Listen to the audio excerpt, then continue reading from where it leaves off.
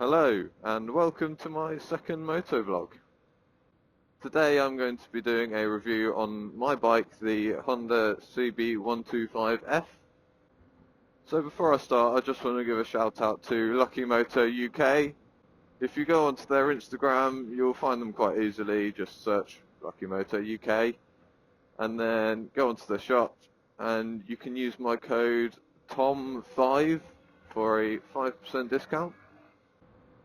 Also check out my Instagram, which is the same as this channel, Tom CB125F. So let's get started.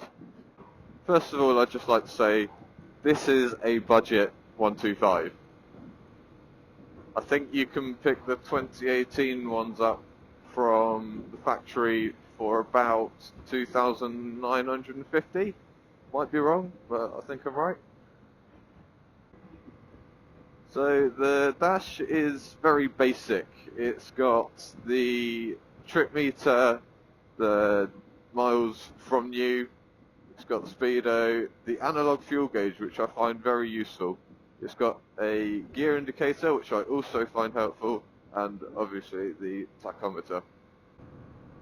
So this bike has a 124cc single-cylinder 4-stroke engine that I think produces 10.5 horsepower from the factory, which is less than what you can have on a CVT or A1 license.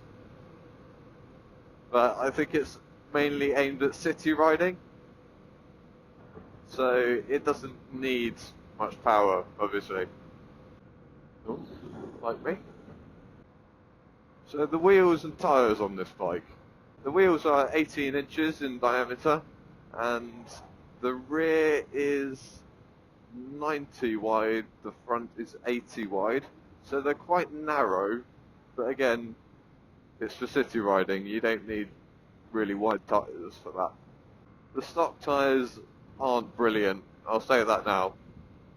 In the wet, they're really not very good, but as long as you're careful, you're fine. I've replaced the rear because the stock one got quite worn, and I've got a Michelin Pilot Street, and it's a lot better than the stock.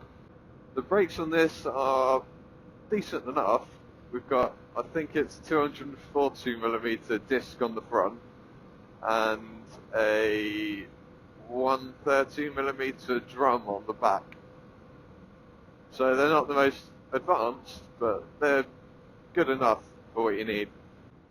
The suspension is alright, it's non-adjustable.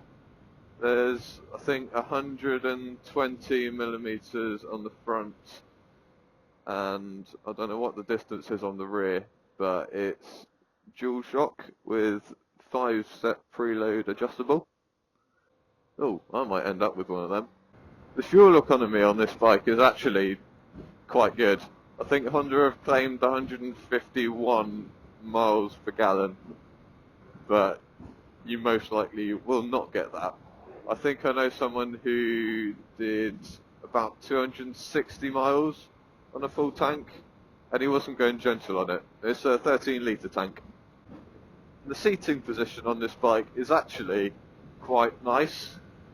It's very upright, as for city riding, again, it's quite comfortable. The seat's fairly squishy, which I've compared it to other 125s, and this is probably the best I've sat on.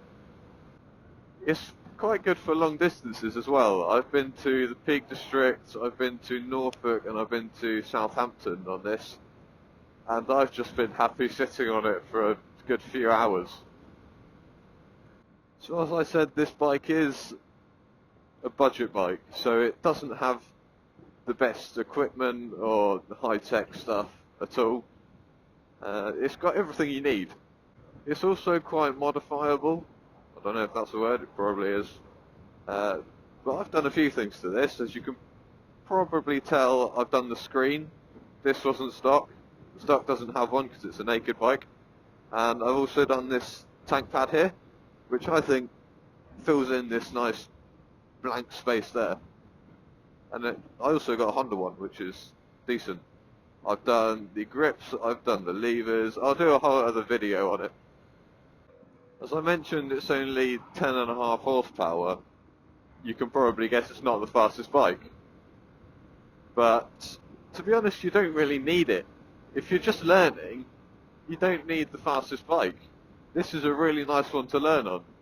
And even for experienced riders, if you get on a smaller bike, like this, if you wanted to, down the back roads, you could just give it full throttle. And it's perfectly fine, as long as you don't redline it too much and ruin the engine. But the engine's 35 years old, they haven't changed it. So it's quite reliable.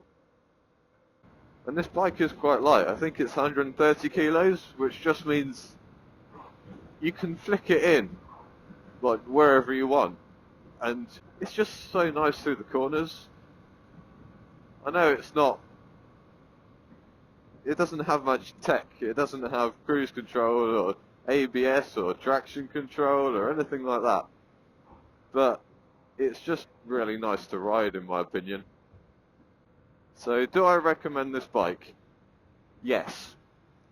It's a good price, you get a decent bike, it's nice and comfortable, it's not the fastest, but you don't need speed when you're learning. It's especially good for learners. I recommend it to anyone that wants a geared bike to learn on. You will most likely get bored of the 125 speeds after a few months, but to be honest, it's just a nice bike to ride. So I think that concludes this video. I don't think there's much else I can really say. But yeah, go ahead, check out my Instagram, and if you can, like, subscribe on this video, leave any comments, suggestions, anything I should do, any improvements, anything like that. And I'll be back for the next video soon. So, bye.